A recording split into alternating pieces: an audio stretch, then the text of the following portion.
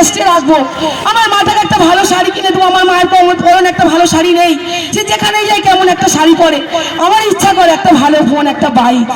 মোদিজি সেই স্বপ্নটা দেখেছিল ছেলেগুলোদের চোখে মুখে, কিন্তু আমাদের মাননীয় মমতা দেখতে পায়নি, সে দেখতে পায়নি, সে শুধু রেখেছিল আমার হয়ে যারা লড়বে, পরে কুকুরের মতো করে রাখতে চেয়েছে ইয়াং সমাজকে, ইয়াং জেনারেশন। কিন্তু মোদিজি সেই ইয়াং ছেলেগুলোকে একটা চাকরি দিতে চেয়েছে, যারা আগামী দিনে ভবিষ্যৎ আমাদের জেনারেশনকে এগিয়ে নিয়ে যাবে, সেটাই মোদিজি করতে চেয়েছিল।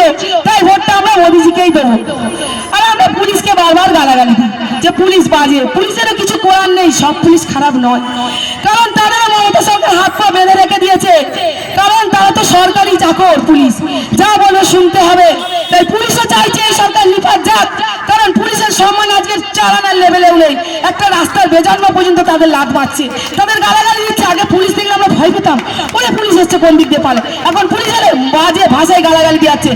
আজ এই পুলিশের মান সম্মান মাননীয় মমতা ব্যানার্জি লুটিয়েছে। তাই ভোটটা আমরা মোদিজিকে দেবো, মমতা ব্যানার্জিকে পরাজয় আমাদের করতেই হবে। আর একটা মোদিজির বড় প্রকল্প আসতে চলেছে, ইলেকট্রিকের বিল জিরো জিরো জিরো জিরো। কাউকে 1 বছরের মধ্যেই দেখবেন কাউকে চালানো ইলেকট্রিকের বিল দিতে হবে না। সোলার সিস্টেম ব্যবস্থা আছে, যেটা আমাদের ভারতবর্ষের বাইরে যেটা হচ্ছে, সেই সিস্টেমটা আসবে, হাজার হাজার ছেলে কাজ পাবে। আর প্রতিটা মা বোনের ভাইদের ঘরে দেখবেন সোলার সিস্টেমের আলো জ্বলছে, 4 আনা পয়সা দিতে হবে না তাদের, জিরো ইলেকট্রিকের বিল। আর একটা কথা জেনে রাখবেন, মোদিজি বারবার দেখবেন হিন্দু, এই আমাদের মাননীয় মোদিজির বিরুদ্ধে আঙুল তুলছে, উনি নাকি বারবার হিন্দু মুসলিম করছে, হিন্দু মুসলিম করছে।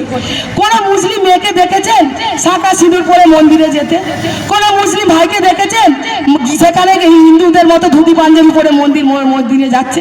কিন্তু আমাদের মাননীয়কে দেখবেন মাথায় ফেটটি বেঁধে ঠিক চলে গেছে। উনি নিজের ধর্মকে রক্ষা করতে পারেন না, তো পরের ধর্মকে রক্ষা করবে কি করে? উনি শুধু বড় বড় ভাওতা মুসলিম